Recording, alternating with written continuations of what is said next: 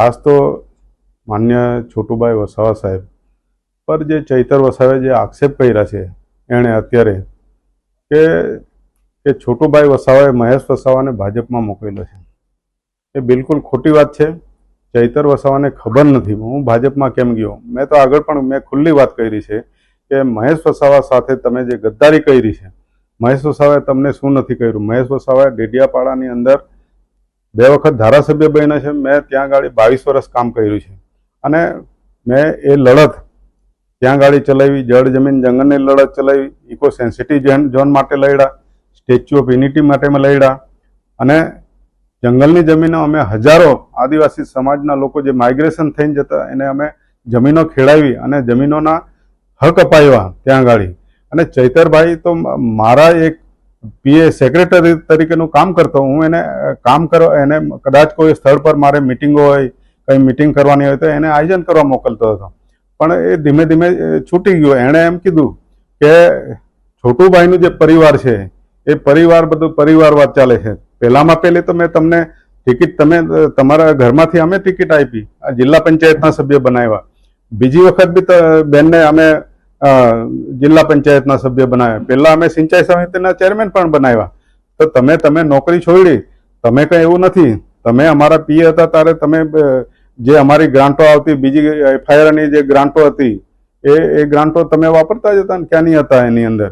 અને જ્યારે તમે છોટુભાઈ વસાવા સાહેબે આટલા વર્ષોથી આ સંઘર્ષ કર્યો જળ જમીન જંગલ માટે, છોટુભાઈ વસાવાએ અનેક સાથીઓ ખોવ્યા છે એન્કાઉન્ટરોની અંદર અને આ જમીનદારો સામે એમને લડત ચલાવી. એમના સસરાનું પણ મર્ડર કરવામાં આવ્યું. તોય છોટુભાઈ વસાવા ત્યારે સામાજિક રીતે ઉતરેલા હતા, કોઈ પોલિટિક્સમાં નહીં હતા. આજકાલના તમે ચૈતર વસાવા તમારા મૂળિયા પણ નહીં હોતે કદાચ રાજકારણમાં, પણ એ અમે છોટુભાઈ વસાવા થકી અમે ત્યાં આગળ લડાવ્યા. અમારા પહેલા પણ ત્યાં અમરસિંહ વસાવા હતા, એ જનતા દળમાંથી 2 વખત ચૂંટાયા, એક વખત જનતા દળમાંથી અને એક વખત કોંગ્રેસમાંથી. તો તમે તો ધીમે ધીમે અમારી સાથે ખાલી 4-5 વર્ષ તમે જોડાયા અને તમારી મનમાં જ કંઈ ગદ્દારી લખેલી હતી. અમે જ્યારે ટિકિટોની વહેંચણીની વાત આવી તો અમે એમને લડવા પ્રોજેક્ટ, મેં તો ચૈતર વસાવા એમ કે મહેશ વસાવા અહીં લડવાના, મેં તો લડવાની ના જ કરી. મેં તો જાહેર સભાની અંદર કીધું હતું કે મારે ચૂંટણી ડેડિયાપાડામાં લડવાની થતી નથી. હું 22 વર્ષ મેં કામ કર્યું છે અને મારાથી હવે એટલી સ્થિતિ ડુંગરો પહાડો અને તાપીથી નર્મદા લગીનો વિસ્તાર હતો. એટલે કાલે લોકો એમ નહીં કહે કે તમે ધારાસભ્ય બન્યા મારી ગામમાં નથી આવતા, મારા ઘરે નથી આવતા. એટલે સ્વાભાવિક છે, મેં મારા વતનનો લાભ લીધો એટલે મેં પહેલેથી જાહેરાત કરી દીધી હતી. એટલે ચૂંટણી લડવાનો કોઈ સવાલ નથી. ને ટિકિટ તો એમને અમે તૈયાર કરેલા જ હતા. નેક્સ્ટ ટાઈમ જે હતા તો બહાદુરભાઈ એક માંગણી કરેલી હતી ટિકિટની, છતાં બી આજે એની કરતા પ્રાયોરિટીમાં ચૈતર વસાવા હતા. પણ ચૈતર વસાવાને ધીરજ નહીં રહી ને સ્વાભાવિક છે કારણોસર અહીં ગાડી આમ આદમી પાર્ટી સાથે ગઠબંધન હતું. નો ડાઉટ એમને બધા આક્ષેપ કર્યા, એઆઈએમની વાત કરી, એઆઈએમની અંદર પણ અમે એ જોયું. એઆઈએમ સાથે એટલા માટે અમે એ કર્યું કે આ દેશમાં ભાઈ હંમેશા તમે જોઈ લો, જે દેશની અંદર અત્યારે વસ્તી આધારિત ચૂંટણીઓ લડાઈ છે, અત્યારે બી તમે ગણિત જો કે જ્યાં જ્યાં જેની વસ્તી હોય એને ટિકિટો આપવામાં આવે છે. અમે પણ આ ભરૂચ જિલ્લામાં આદિવાસી વસ્તી ને મુસ્લિમ વસ્તી ને ઓબીસી વસ્તી હતી એટલે અમે ગઠબંધન કર્યું, પણ એમની સાથે અમે કોઈ ગઠબંધનમાં લડ્યા નથી એઆઈએમની સાથે. પણ અમે આમ આદમી સાથે 100% લડવાના હતા. આજે ચૈતર વસાવા ત્યાં ગાડી આમ આદમી પાર્ટીમાં જેને આટલું લડ્યા છે, તો એની પહેલા તો મારા કેજરીવાલ સાથે અમારા સંબંધ હતા. તમે અમારી અંગૂઠી પકડીને ત્યાં ગાડી કેજરીવાલ પાસે ગયા, બરાબર છે. અને કેજરીવાલને અમને બી કીધું કે તમે આમ આદમી પાર્ટીમાં તમે આવી જાઓ તો આપણે આખા ગુજરાતમાં લડીશું. પણ અમે ના કીધું કે અમારી છોટુભાઈ વસાવાની વિચારધારા છે, અમે વર્ષોથી લડીએ છીએ, તમે ગઠબંધન કરો તો આપણે લડીશું. એટલે એમને પણ એ હતું ત્યાં ગાડી સ્કૂલો બનાવવાનું, મોહલ્લા ક્લિનિક ત્યાં ગાડી એ કર્યું.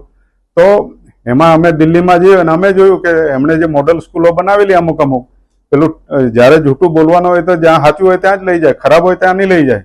એટલે અમે થોડુંક કીધું ચાલો આ લોકો જોડે ગઠબંધન કરવાનું હતું. એટલે અમે જોયું ને ગુજરાતમાં ગઠબંધન કર્યું. એમણે જ મેં કમાન હોપી અહીં ગાડી અમારા વ્હાઇટ હાઉસ ખાતે મોટું સંમેલન કર્યું કેજરીવાલને. પણ અમને બી પછી ખબર પડી કે તો આરએસએસની આખી પેદાઈશ છે, એ અન્ના હજારાને આગળ કરીને ત્યાં જ પેદા કરેલી આરએસએસે. આ વસ્તુ એટલે એમણે તો તોડવાના ધંધા હતા. ને આજે પણ તમે જોઈ લો, દિલ્હીમાં પોતે ખતમ થઈ ગયા આમ આદમી પાર્ટી. લોકોએ 3 વખત 70 માંથી સંસદ બેઠકો આમ આદમી પાર્ટીને આપી. શું ત્યાં દિલ્હીનું ભલું કર્યું? આજે ચોખ્ખું પાણી પીવાનું પણ નથી. એ સ્કૂલો ક્યાં ગઈ? આજે જતી રહે. ત્યાં ગાડી આમ આદમી પણ આજે હારી ગઈ, અને કેજરીવાલ પોતે જે એના મુખ્ય હતા એ ધારાસભ્ય પણ જીતી નથી શક્યા. અને અત્યારે તમે જોઈ લો, રાજ્યસભાના સભ્યો બધા તોડીને બધા ભાજપમાં જતા રહ્યા. શું બતાવે છે? ચૈતરભાઈ, યાદ રાખજો, તમે આવનારા સમયની અંદર તમે પણ આમ આદમી પાર્ટીમાં નથી રહ્યા. આ તો ઠીક છે, ભાજપનો તમે વિરોધ હતો લોકોને, અને કોંગ્રેસમાં લોકોનો વિશ્વાસ ઉઠી ગયો છે. છતાં અમે કોંગ્રેસમાં એક લોકશાહી રીતે ત્યાં ગયા, પણ કોંગ્રેસમાં એટલા બધા ભાગલા છે કે જેને ન પૂછી વાત. એટલે અમારે આ કોંગ્રેસ છોડવી પડી. ને રહી બીજેપીની વાત, કે બીજેપીની અંદર અમારે મજબૂરન, તમે જે અમારી સાથે ગદ્દારી, અમારી પાછળ જે ખંજર ખોપેલું હતું, એ ખંજર ખોપાનો મારે બદલો લેવો હતો. એટલે હું છાસ લેવા જામ તો ડોણી પાછળ હતાડીને જતો નથી. પરિણામે મારે ભાજપનો ખેસ નાખી અને લોકસભાની અંદર હું તમારી સામે તમને હરાવવા માંગતો હતો, એટલે હું લોકસભામાં ગયો. આજે તમે એમ કહો છો કે છોટુભાઈએ તમને ભાજપમાં મોકલ્યો. બિલકુલ વાત ખોટી. છોટુભાઈ વસાવા ક્લિયર છે. છોટુભાઈ વસાવા કોઈ દિવસે પોતાનો પરિવારનો નથી ખેંચતા કોઈને. એને તો ગરીબ સમાજની, SC ST OBC આ સમાજની પડેલી છે. એ માણસ વિચારધારાવાળો છે. એને કોઈ આધુનિક બિરસા, આજે પણ આધુનિક બિરસા છે. બિરસા જેવી રીતે જમીનદારો સામે લડ્યા અને અંગ્રેજોની સાથે લડીને મરી ગયા, એવા છોટુભાઈ વસાવા હજારો એકરો જમીનો અપાવી છે. જમીનદારોની સામે વાલિયામાં છોટુભાઈને ચિતરવા માટે, એને એન્કાઉન્ટર કરવા માટે મિની ચંબલના ડાકુ કહેવામાં આવ્યા. ક્યાં તમે હતા ભાઈ? કેટલા લોકોના એન્કાઉન્ટર થઈ ગયા લડાઈની અંદર. ચૈતર વસાવા, તમે ક્યાં હતા? આજે તો તમે એનું એક ખેતની મૂડી પણ નથી. તમે રાજકારણમાં તો એના વિચારધારાથી આંગળી પકડીને આવેલા લોકો છે. ને આજે તમે તમારા ગુરુને તમે એવું માનો છો કે હું જ મોટો થઈ જામ. અભિમાન કોઈ દાડો રહેતો નથી. તમે જોઈ લો, પશ્ચિમ બંગાળમાં 32 વર્ષ એમનું શાસન હતું સામ્યવાદીઓનું, એ ઉખેડીને ફેંકી દીધું. મમતાજીનું એ હતું, એ ઉખેડીને ફેંકી દીધું. એવી રીતે ભાજપનું પણ એ હતું, વાજપેયી હતા ત્યારે નથી ચાલ્યું રામ મંદિરના નામે. નરેન્દ્ર મોદીના પણ એ દિવસ આવવાના. આ દેશમાં કોઈનું શાસન ચાલવાનું નથી. કોંગ્રેસે 54 વર્ષ શાસન કર્યું. કોંગ્રેસને લોકોએ ફેંકી દીધી છે. કોંગ્રેસને કોઈ ઉભા થવા નહીં, કેમ કે કોંગ્રેસના બી આંતરિક ઝઘડાઓ એટલા બધા છે કે ન પૂછી વાત. હું કોંગ્રેસને એટલું કહેવા માંગુ છું કે અહીં ગાડી અત્યારે આ તો કોંગ્રેસ નબળું પડ્યું એટલે આમ આદમી પાર્ટીને વધારે અહીં ગાડી સપોર્ટ મળ્યો. BTP અહીં ગાડી અમારું જે હતું, અમે કબૂલીએ છે કે અમારા આંતરિક ઝઘડાના કારણે આ વસ્તુ અહીં ગાડી લોકો બધા પોતાનું એ કરી અને વિકલ્પની હતો. ભાજપથી વિરોધ હતા, કોંગ્રેસથી વિરોધ હતા, અને આ બધા મતો તમને મળ્યા છે. લોકસભામાં પણ મળ્યા, અને તમને હમણાં તાલુકા જિલ્લામાં બેસાડ્યા છે. તમે જે વીજળી મફત આપવાની વાત કરી, હવે ચાલુ કરાવો ને. આ વિસ્તારમાં સિંચાઈ આપવાની વાત કરી, શિડ્યુલ 5 ની વાત કરી, ભીલ પ્રદેશની તમે વાત કરતા હતા, આજે કેમ નથી? તમારા અકાઓ જે બેઠા છે દિલ્હીમાં બેઠા અહીં ગાડી બધા ગુજરાતની અંદર તમારા જે સંગઠનના લોકો છે, એ લોકો કેમ ભીલ પ્રદેશને સપોર્ટ નથી કરતા? ઈસુદાન ગઢવી હોય, મનોજ સોરઠિયા હોય કે ગોપાલ ઇટાલિયા હોય, શું તમે એકલા, તમે ખાલી છોટુભાઈ વસાવાની લડતને તોડવા માટે તમને હાથો બનાવ્યો છે. આજ ભાજપ અને આજ લોકો આમ આદમી પાર્ટી વાળાએ તમને અહીં ગાડી લીડરશીપ અપાવી છે. એટલા માટે જ તમે અહીં ગાડી અત્યારે તાલુકામાં, જિલ્લામાં એ છે. તમે આવનારા સમયમાં આવવાના નથી. તમે જોઈ લો, છોટુભાઈ વસાવાની જ્યાં લડત હતી, છોટાઉદેપુરમાં બંગિયાભાઈને અમારે ફોડ્યા.